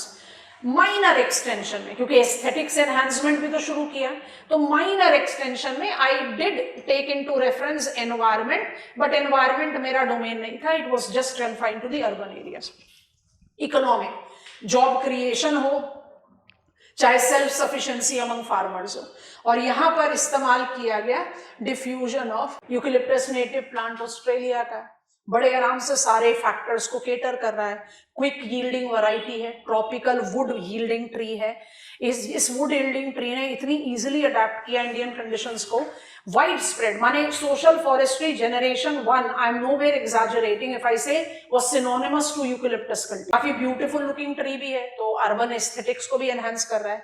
Fast would yielding है, तो मेरी जो सारी रिक्वायरमेंट है कि मेरे को फायरवुड चाहिए, क्रूड एग्रीकल्चरल इंप्लीमेंट्स बनाने हैं, फेंसिंग के लिए चाहिए, मेरे पास वो वुड अवेलेबल है। So there was indiscriminate eucalyptus, realization, eucalyptus at the verge of becoming invasive alien plant. ये सारे realization about this and economic momentum successful, I am not saying failure, led to actually utilization of eucalyptus created the challenge, and that led to, जब हम कहते हैं ना generation 2 social forestry by the people, of the people, for the people, social forestry का gist यही है, but it marked up mobilization of a agroforestry practices in afforestation. Can you recall joint forest management guidelines? Column 1 of forest conservation क्या बताया था? Regulatory. Column 2 क्या बता दिया? Participatory. Participate कराओ, रेगुलेटरी रहोगे तो सक्सेस नहीं मिल रही।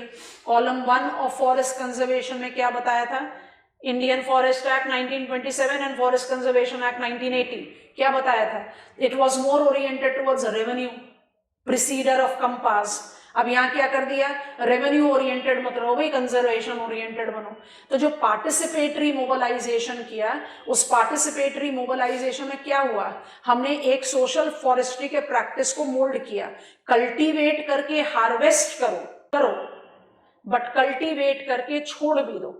जो डिग्रेडेड फॉरेस्ट है, डिग्रेडेड मैनग्रोव एरिया है, डिग्रेडेड माउंटेनस स्लोप एरिया है, वहां पर आप कल्टीवेट कीजिए और उसको काटेंगे नहीं, उसको वहीं छोड़ देंगे। तो एफॉरेस्टेशन के लिए भी शुरुआत हुई। इसका मतलब यहां पर मेरा ecological edge, serving all ecosystem services, इस तरह से आपका आंसर आपके कंट्रोल में रहता है। जल्दी बताओ इकोसिस्टम सर्विसेज के categories. Provisioning, regulating, cultural and supporting. आप नो लॉन्गर प्रोविजनिंग अलोन थे, you mobilised it towards diversification. और दूसरा डोमेन क्या आया? भी एस्पेक्ट है सस्टेनेबल एग्रीकल्चर। आप नगर वन योजना में, इंडिया का बड़ा टिपिकल कल्चर है राउंड अबाउट, गोल चक्कर। अर्बन इंटरनल रोड नेटवर्क में गोल चक्कर है हमारे। गोल चक्कर में आप क्या देखते हो? Seasonal flowering plants in variable metallic frame, beautification of the city. तो आप श्रीनगर में हो वर्सेस आप तिरुवनंतपुरम में हो, दोनों में जो रिक्वायर्ड सीजनल फ्लावरिंग प्लांट है वो अलग है, उन्हीं को सेलेक्ट करो। वैसे ही आप up sloppy areas of Keylong में हो, लाहौल स्पीति में, वहां आपको अपना स्नो एवलांच को कंट्रोल करने के लिए एफॉरेस्टेशन करना है, तो टाइगा फॉरेस्ट को ही तो रीजनरेट करोगे। वेस्टर्न घाट्स में फ्लडिंग को अबेट करने के लिए आपने फिर से बायोटिक एम्बैंकमेंट तैयार करना है, तो वो मॉइस्ट एवरग्रीन या सेमी एवरग्रीन ही तो होगा। You have to create the speed breaker for the tropical cyclonic landfall in the eastern coast, तो क्या होगा? मैनग्रूव और सुंदरी ही तो होगा। सेलेक्ट द क्रॉप, क्रॉप को मतलब हर वैरायटी में ले लीजिए, tree, fodder crop, flowering plant, कुछ भी। आज आप सोशल फॉरेस्ट्री के डोमेन में agri silvi pastoral and silvi pastoral culture की बात करते हो। क्यों करते हो? क्योंकि you are cultivating anything and everything that is possible in given circumstances. It can be wood, it can be fodder crop, it can be seasonal flowering plant, it can be fruit bearing plant, it can be the conventional crops, kuch bhi, whatsoever is feasible where. And that is the reason social forestry under the new momentum, we call it second generation, or we call it national agroforestry policy, is wholesome as the constituent of, and I must write. अगर आप agriculture के definition से pickup करो तो agriculture क्या होता है? Crop culture, live stock, aquaculture and silvi pasture. उस कंटेक्स्ट में लिखे तो सेल्वी पास्चर, बट इसके क्या है? Silvi pasture and crop pasture, and that is how will begin. ये डेवलपमेंट आज की डेट में मुझे सेकेंड जनरेशन सोशल फॉरेस्ट्री में मिली है। To begin with it was not there. मैंने इसको थोड़ा सा ऑर्गेनाइज करना बहुत जरूरी है, नहीं तो फिर ये मेसी अफेयर हो जाएगा। तो we want to go chronologically, ताकि अगर मेरे से एग्जामिनर फार्म फॉरेस्ट्री पूछता है या मेरे से एग्जामिनर रूरल फॉरेस्ट्री पूछता है, तो मेरे दिमाग में क्लैरिटी रहे कि पार्ट तो है सोशल फॉरेस्ट्री का, पर फिर भी कुछ डिफरेंट है यहाँ पर जो अर्बन फॉरेस्ट्री में अप्लाई नहीं होगा। और फार्म और रूरल फॉरेस्ट्री, क्योंकि ये टर्म को तो अब आपने अम्ब्रेला टर्म बना दिया, इस टर्म को तो अब आपने अम्ब्रेला टर्म बना दिया। तो फार्म फॉरेस्ट्री, रूरल फॉरेस्ट्री और अर्बन फॉरेस्ट्री में क्या डिफरेंस है? तो अर्बन तो समझ में आ गया, फार्म और रूरल में क्या डिफरेंस है? And that is the reason extension को आप रूरल और अर्बन दोनों के साथ डाल सकते हो, और वही हम करेंगे ड्राई फार्मिंग प्रैक्टिस में। तो इस तरह से इसको अप्लाई करते हैं, ठीक है। शुरुआत करेंगे इस इमेज से, ताकि आपको थोड़ी सी क्लैरिटी आ जाए जो यहां पर इवॉल्व हुआ है, but still it is required. Elementary point पर तो आप इसको फर्स्ट जनरेशन पर भी देख सकते हो। थोड़ी देर के लिए नेशनल एग्रो फॉरेस्ट्री पॉलिसी से डिराइव डायग्राम है। ये ट्रायंगल आपके रजिस्टर के कॉर्नर में सोशल फॉरेस्ट्री के हेडिंग पर बन जाएगा। हमने ट्रायंगल पर एक साइड पर 0% ट्रीज से 100% ट्रीज ऐड किया हुआ है, एक साइड ट्राइंगल पर 100% लाइफ स्टॉक 0 to 100, और एक जगह हमने लिया है नॉन अरेबल माने नो क्रॉप्स टू 100% क्रॉप। आप इसको किसी भी एक्सेस पर डाल सकते हो, बट आप 0 से 100 पर जा रहे हो, crop, life stock and trees. अब इसको कॉम्बिनेशन में देखें, अगर आप more than you are taking more than 50% plus trees, आप इसको बोलोगे ट्री कल्चर, जो जाएगा एफॉरेस्टेशन में। आपने कल्टीवेट करके छोड़ दिया जॉइंट फॉरेस्ट मैनेजमेंट गाइडलाइंस में। आप इधर की तरफ आ रहे हो क्रॉप कल्चर, तो ये कि पूरा का पूरा क्या हो गया, मिक्स्ड क्रॉपिंग, जो इंडिया कन्वेंशनली एग्जाम्पल है।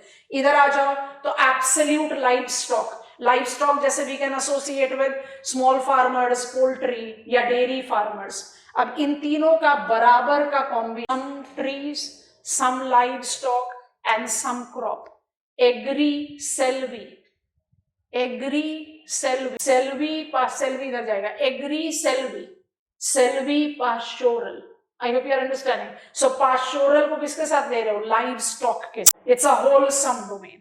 क्विकली ड्रॉ दिस डायग्राम का बेस है ट्राइंगल को ड्रॉ करना है, तीनों एंगल पर 0 से 100% of crop, live stock and trees को ले लेना है, और सेंटर पर डिमार्केट कर देना है एग्रो फॉरेस्ट्री का बेस रहेगा। बट डेवलपमेंट यहां तक पहुंचने के लिए we have got a background to cover.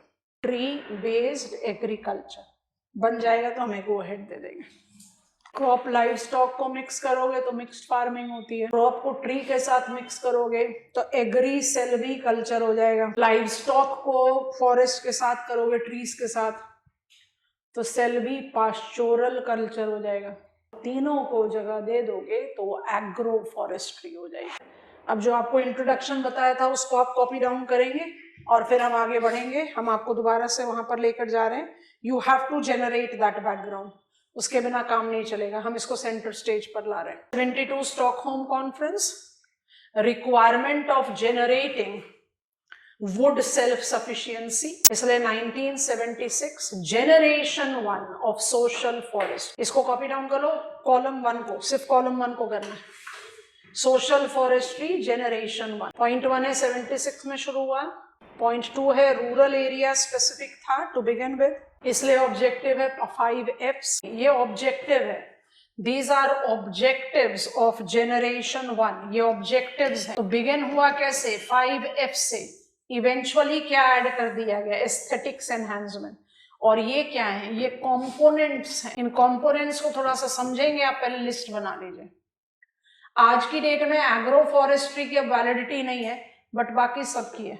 Agro forestry को हमने FAO के कंपैटिबिलिटी में अम्ब्रेला टर्म बना दिया।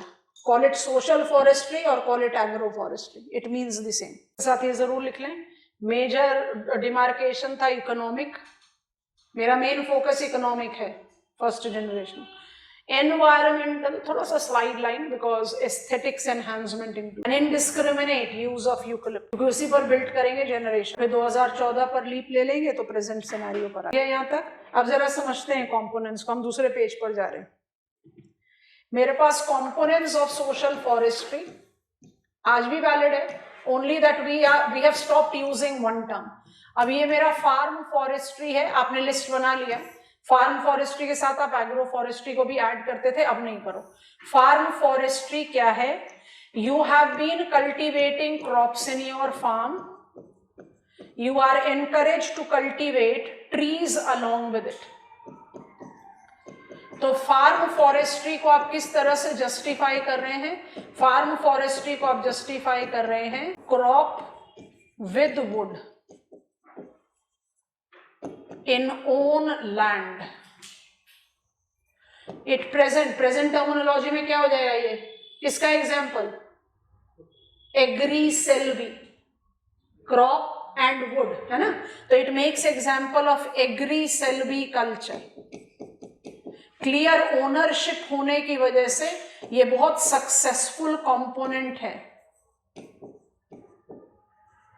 और ये लार्जली सबसिस्टेंस बेसिस पर है। सबसिस्टेंस का मतलब क्या है, आपको क्रॉप की रिक्वायरमेंट है, आपको वुड की रिक्वायरमेंट है, कल्टीवेट करो, काटो, सेल्फ कंज्यूम करो, सेल्फ सफिशिएंसी को टारगेट कर रहा है, ठीक है। फार्म मेरा खेत, I was earlier cultivating only crop, now I cultivate would, ठीक हो गया।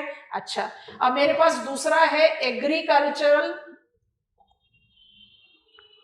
रूरल और एक्सटेंशन फॉरेस्ट्री। इसका इस्तेमाल अभी भी ऐसे ही किया जा सकता है। ये किसको टारगेट करता हुआ था? ये आपको फार्म फॉरेस्ट्री समझ में आ गया? 2 मिनट के लिए रुको, फिर एक साथ कॉपी कर लेना। यही समझने का है, बाकी यहां पर कुछ समझने का नहीं। रूरल और एक्सटेंशन फॉरेस्ट्री आप किसके लिए टारगेट कर रहे हो?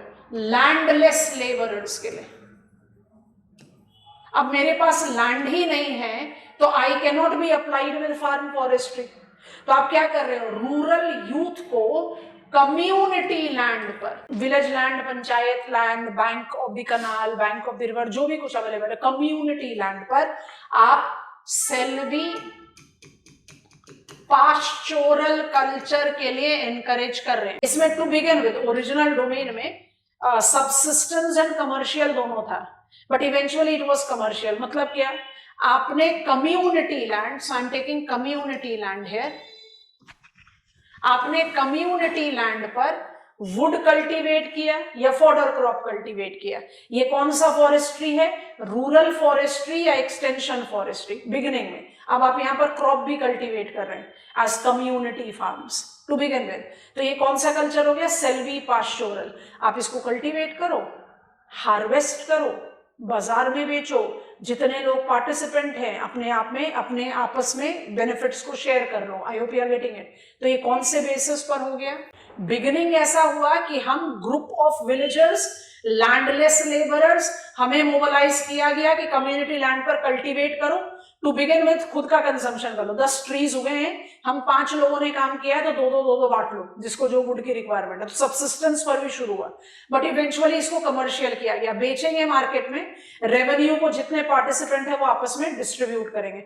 Eventually it evolved as a significant domain of silvipastoral culture, जहां पर्पसफुली वुड या अदर क्रॉप्स का कल्टीवेशन होने लगा। जैसे इंडियन रेलवेज का जात रोपा, बायोडीजल, स्वीट शोरगम, महुआ और मैसूर पेपर मिल का would production for cellulosic raw material for the paper mill, defined marketing channels के साथ। ये कौन सा एज हो गया? ये ज्यादा बड़ा एरिया है आपके पास, तो कल्टीवेशन पॉसिबिलिटीज बहुत ज्यादा है, और कमर्शियल एज पर है। तो कमर्शियल एज पर कुछ भी कल्टीवेट करें जिसको आप बेचेंगे and you will generate the revenue. अच्छा, कमर्शियल एज पर with job creation for landless labourers. अब इसी के कंटिन्यूएशन में अर्बन फॉरेस्ट्री, जिसका दूसरा नाम रिक्रिएशन फॉरेस्ट्री है, उसको एड ऑन कर लो। अर्बन फॉरेस्ट्री या रिक्रिएशन फॉरेस्ट्री क्या है? अर्बन एरियाज में लंग्स जनरेट करना, एस्थेटिक्स एनहांस करना। तो ऑटोमेटिकली यहां पर एनवायरमेंटल कंसर्न है, plus you are creating job. Not to cut and harvest, urban activity में कटिंग एंड हार्वेस्टिंग नहीं होता। In cultivating and maintaining. क्या urban municipal corporation job create नहीं कर रही है? जो आपके सीजनल फ्लावरिंग प्लांट है, अब जितने भी आप hard, this is the time when we are taking up the reference of beginning of flowering plants. जो आप नदर्न पार्ट ऑफ इंडिया में, माउंटेनस रीजन में सारे साल भर देखते हो, उनका अब जो ग्रोथ डोमेन है, northern part of India, north central part of India, तो जितने बड़े बड़े सिटीज हैं वहां पर आपको petunia and different other flowering plants दिखेंगे। तो उनको कल्टीवेट करना, उनको मेंटेन करने में भी तो आप जॉब क्रिएट कर रहे हो। तो it is about job creation like extension forestry, but not on commercial asset generation. यहाँ पर कमर्शियल एसेट जनरेशन भी है। I think you have understood. अब कॉपी डाउन कर लो। एस्थेटिक्स एनहांसमेंट है तो seasonal flowering plants is the large domain. Components आज भी एग्जिस्ट कर रहे हैं, हमने इसलिए जानबूझकर एग्रो टर्म को हटा दिया लिस्ट में। फार्म और एग्रो, अब एग्रो को अम्ब्रेला एक्सप्रेशन दे दिया 2014 से। ये beginning phase of social forestry है, जिसमें ये सारे एस्पेक्ट या कंपोनेंट्स आज तक भी वैलिड हैं। इसमें मेजर फोकस क्या है? Cultivate, harvest for self consumption or for market, barring the exception of urban areas। समझ आ गया? अब टाइम है कॉलम 2 को कॉपी डाउन करने का, गोइंग टू प्रीवियस पेज। किन किन चीजों से लेसन लर्न किया? एक यूकलिप्टस से और दूसरा जॉइंट फॉरेस्ट मैनेजमेंट गाइडलाइंस, जिसने फॉरेस्ट कंजर्वेशन एक्ट को रेगुलेटरी से पार्टिसिपेटरी बनने पर मजबूर किया। तो मैंने second generation of social forestry में क्या क्या चीजें ऐड कर दी। ये 5Fs भी रहा, रूरल फॉरेस्ट्री, एक्सटेंशन फॉरेस्ट्री आज तक भी वैलिड है, लेकिन हमने ऐड क्या कर दिया? एक, we have taken ecological edge, afforestation, catering all ecosystem services. क्या मतलब? खाली इकोनॉमिक नहीं, कल्चरल, रेगुलेटिंग, सब, एवरीथिंग। तो पहला ये, और दूसरा क्रॉप इकोलॉजिकल जोनेशन। इसका क्या मतलब? Cultivating anything and everything that is possible in given. आप अगर इकोसिस्टम सर्विस में इसके साथ एग्जांपल ऐड करो, इसको हटा देते हैं क्योंकि इसका तो डायग्राम आप लोगों ने बना लिया। एक मिनट रुको, इसको हटा दे रहे हैं, ये तो आपने डायग्राम बना लिया तो इसकी जरूरत नहीं है, हटा देते हैं इसको। अगर क्रॉप इकोलॉजिकल जोनेशन में आप इकोसिस्टम सर्विसेज को अप्लाई करो। इकोसिस्टम सर्विसेज में आप किस चीज को पिकअप कर रहे हो? आपने लिया प्रोविजनिंग, तो आप कल्टीवेट कर रहे हो महुआ, जहां कंडीशन कंड्यूसिव है, mahua which is the input for industrial alcohol production. I am sorry, आप ले रहे हो रेगुलेटिंग सर्विसेज। तो हमने आपको बताया ना कि रेगुलेटिंग सर्विसेज में आप कोनीफरस फॉरेस्ट भी कल्टीवेट करोगे, मैनग्रूव्स भी कल्टीवेट करोगे, या you will cultivate the inner plants, indoor plants जो एयर प्यूरिफाई करें आज की डेट में पोल्यूशन अबेटमेंट से। तो आप क्या कर रहे हो? कोनीफरस स्नो एवलांच को बचाने के लिए, मैनग्रूव्स सी सर्जेस से बचाने के लिए। क्रॉप इकोलॉजिकल जोनेशन का डोमेन हो गया ना। अच्छा, इसके बाद आपका क्या है? You are having supporting services. उसकी तो कोई वैल्यू नहीं है, बट फिर भी सपोर्टिंग सर्विसेज, वैल्यू नहीं है मतलब मॉनेटरी वैल्यू नहीं है, वैल्यू तो है। सपोर्टिंग सर्विसेज में क्या कर रहे हो? हम डिमार्केट कर रहे हैं उन सर्विसेज को जिसकी वजह से इकोसिस्टम का फंक्शनिंग डोमेन पर है। जैसे in areas where I want to abate soil erosion, in areas where I want to reduce the effectivity of natural levees getting washed off, आप क्या करोगे? बायो ड्रेनेज का प्रोविजन रखोगे। बायो ड्रेनेज क्या है? एफॉरेस्टेशन का ही तो टास्क है। आपने लिटोरल एम्बैंकमेंट बना दिया कनाल के लिए, सिल्टिंग ऑफ कनाल रुकेगा। नेचुरल लेवीज को जब वाटर का वॉल्यूम ज्यादा होगा तो हटेगा नहीं, तो सॉइल इरोजन को भी रोकोगे। And you also have cultural services, it is more associated with tribal traditional forest, जिसमें आपको रिलेट करेंगे। अभी इसको नाम ही लिख देते हैं बस, वन धन योजना,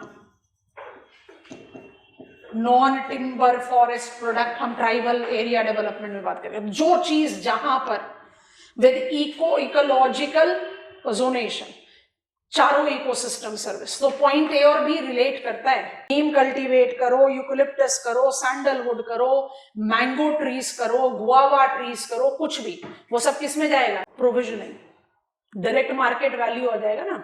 have got hold of social forestry. बस लास्ट लीप लेंगे। एग्जाम्पल्स आप बहुत सारे ऐड कर सकते हो। अभी ड्राई फार्मिंग में ही हम बहुत सारे एग्जाम्पल और ऐड कर लेंगे, तो आप उसको ऐड ऑन कर सकते हैं with your case here. Crop ecological zonation का मतलब क्या हुआ? Cultivate what can be cultivable in a given location.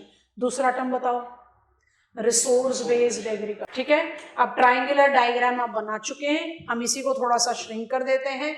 आज की डेट में कंटेम्प्ररी एज में जनरेशन 2 ग्रीन रेवोल्यूशन ही चल रहा है, but it has been integrated with National Agroforestry Policy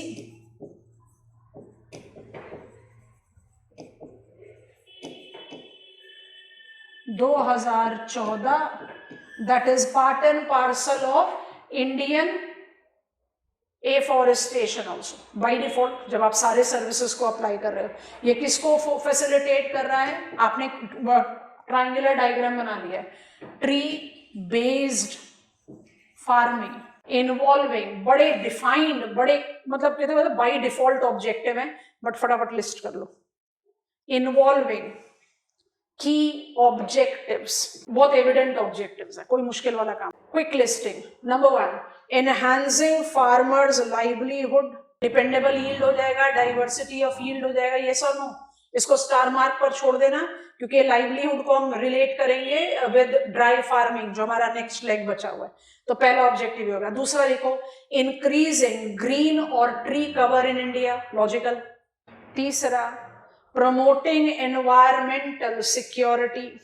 चौथा, protecting ecosystems by increasing carbon sink, making farming system more resilient to change of the climate, and finally meeting industrial demand of wood-based industries, fruit processing industries। बहुत evident objectives हैं, ज्यादा कुछ मुश्किल काम नहीं है। Star mark conclusion कीजिए। इन year 2070 हर made पर पेड़, tree on every bund, was launched as a submission of agroforestry boosting dash, बता दो भाई, हर मेड़ पर पेड़ मतलब हर बंद पर पेड़ is equal to which component of social forest, which component, farm forestry, farm forestry। Scope कम है, फार्म फॉरेस्ट्री का स्कोप कम क्यों है?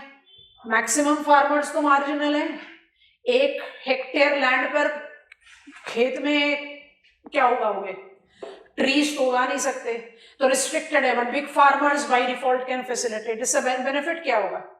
ग्रीन कवर बढ़ेगा, कार्बन सिक्वेस्ट्रेशन बढ़ेगा, इंडिया की कार्बन न्यूट्रलिटी को जस्टिफाई करेगा। It by default will be facilitating more consolidation of your बंद या फेंसिंग, जो आपको एडजॉइनिंग फार्म से distinguish करेगा।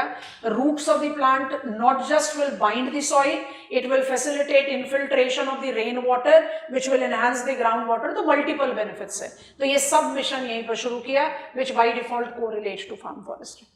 हर मेड पर पेड़ is equal to participatory mobilization of trees in farm। पकड़ में आया सोशल फॉरेस्ट्री। इन सारे टॉपिक्स में कंटेंट बिल्डिंग बहुत मुश्किल है। हम पूरी कोशिश कर रहे हैं कि आपको एक रेगुलर सीक्वेंशियल ऑर्डर में कंटेंट को समझा दें। अब आप इस पर कोई भी अपडेट आएगा आराम से फिट इन करोगे, कहीं कोई प्रॉब्लम नहीं लगेगी।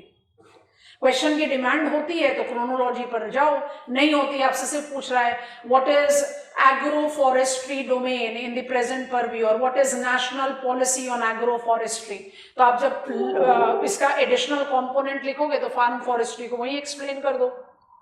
बाकी जब आप कह रहे हो I am ensuring, I am working towards increasing livelihood security या हम एनवायरमेंटल सस्टेनेबिलिटी को इंश्योर कर रहे हैं, तो कंटेंट यहां से ले लेकर लिखते जाओ। कोई जरूरी नहीं है कि आप क्रोनोलॉजी पर जाएंगे। I think it makes sense. I take you to dry farming. Dry farming के बाद जो स्टडी प्लान किया था उससे थोड़ा सा डेविएशन ले लेंगे। ड्राई फार्मिंग करते ही आपको सस्टेनेबल एग्रीकल्चर की तरफ ले जाएंगे, जिसमें will talk about organic farming. अभी आपको ऑलरेडी टर्म बता दिया है, इंटीग्रेटेड फार्मिंग सिस्टम। हम ऑर्गेनिक फार्मिंग के types, sustainable agriculture, climate resilient agriculture को पिकअप करके क्रॉप इकोलॉजिकल जोनेशन को टच करेंगे, फिर कंक्लूड करेंगे इंडियन एग्रीकल्चर को इन एग्रो क्लाइमेटिक रीजन। वो सब चीजों का रिमाइंडर दे देगा हमें जो भी हम एग्रीकल्चर में पढ़कर आए। तो I think I be taking 2 more days। आ जाओ मैप मार्किंग पर। आज शुरू करते हैं पीक्स ऑफ इंडिया। मैप कुछ इस तरीके से बनेगा।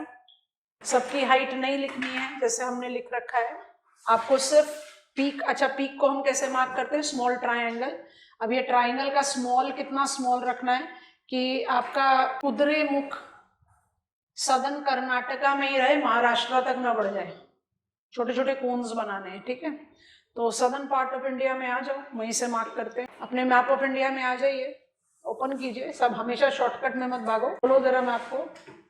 बाबा बुदन हिल्स पर पहुंचो, कर्नाटका के मैप पर आना है बच्चों।